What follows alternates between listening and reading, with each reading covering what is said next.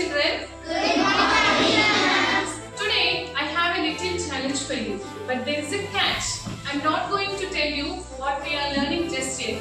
I want you to think, observe, question and discover it with me. Are you ready? Yes, ma'am. Look at these 12 apples carefully. Imagine that we want to distribute these 12 apples equally without leaving even a single apple. What are the different arrangements we can make? Yes, exactly. Let us keep all our investigations and ideas one by one. So, can we arrange these 12 apples into two equal groups? Yes, ma'am. What do you observe? We have 6 apples in each group. So, we have two equal groups of 6. So, 2 into 6 gives us 12. Let us challenge ourselves little further. What about 4 equal groups? Yes. What do you notice? In each group, We have 3 apples. So, we have 4 equal groups of 3. So, which gives 4 into 3 is equals to 12. Notice something important. We have used each apple and each group is equal. Isn't it? Yes. Now, let's think differently. What if all the 12 apples stay together in one group? Yes, sir. All the 12 apples are in one group. It means 1 into 12 is equals to 12. Now, the mathematicians, let us put all our discoveries together. What do you notice, children? Yes, wonderful. Each pair of numbers multiplies to give 12. These special pairs are called factor pairs. A factor pair is a pair of numbers that multiplies together to give the number we are investigating. So, from 1 and 12, we have 1 12 as factors. From 2 into 6, we have 2 6 as factors. From 3 and 4, 3 and 3 and 4. From 3 into 4, 3 and 4 are as factors.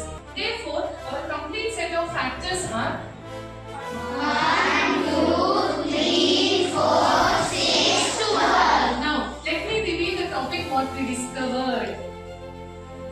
Factors. Surprise! Today, we discovered the topic before I even named it. Notice how systematically we discovered them through equal grouping and factor pairs rather than just memorizing them as a list. Isn't it? Wait, but there is a problem. Number 3 has an objection. It is claiming that it should be a factor. But this time we are investigating a different number 8. Should we accept the claim? No. A mathematical claim needs a mathematical evidence. So children, it's time to enter into our factor code. Remember, we should not verdict the aggressor. You question it, think it and let mathematics prove it. Are you ready? Order. The factor code is now in session. Today we have a very interesting case before us. Case number 8. Should 3 be a factor of 8? But remember, this code does not make decisions based on guesses or opinions. We need a mathematical evidence. Your Honor, I have no objection. And number 2, why shouldn't it be a factor of 8? An interesting claim number 3, but in mathematics, every claim must be supported by evidence. Counsel, are you ready to investigate? Yes, Your Honor. Let us test this claim. If 3 is a factor of 8, we should be able to divide 8 into equal groups of 3 without anything left over. Let us use the digital board and test it.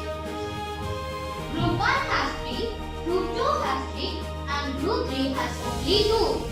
If 3 is a factor of 8, we should be able to arrange all 8 objects into equal groups of 3. We have 2 objects left over. It looks like we have some explaining to do.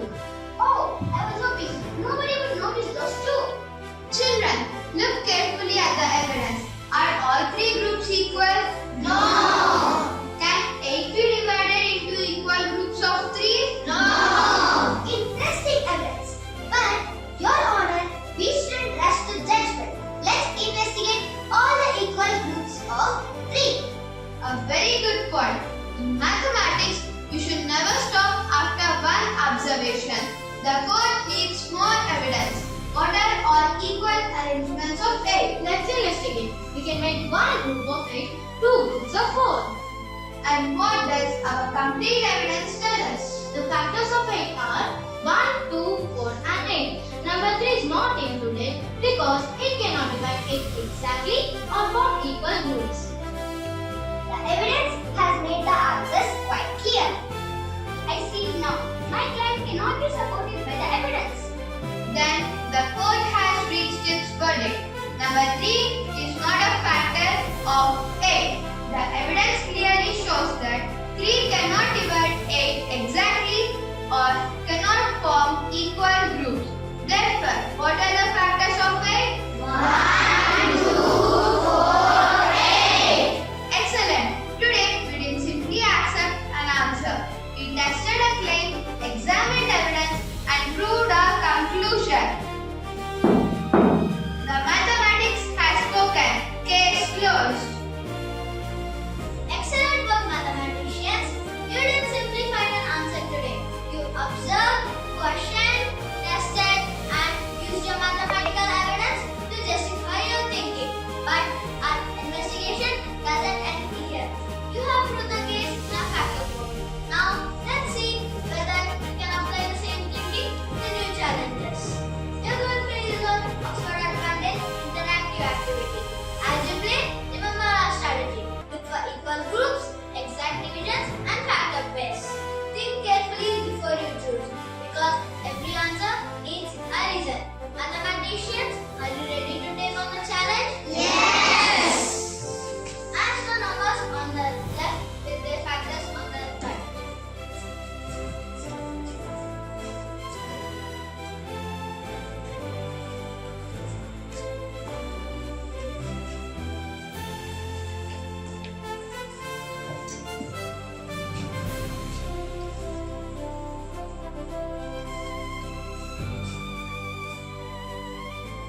Let's check whether the answers are correct.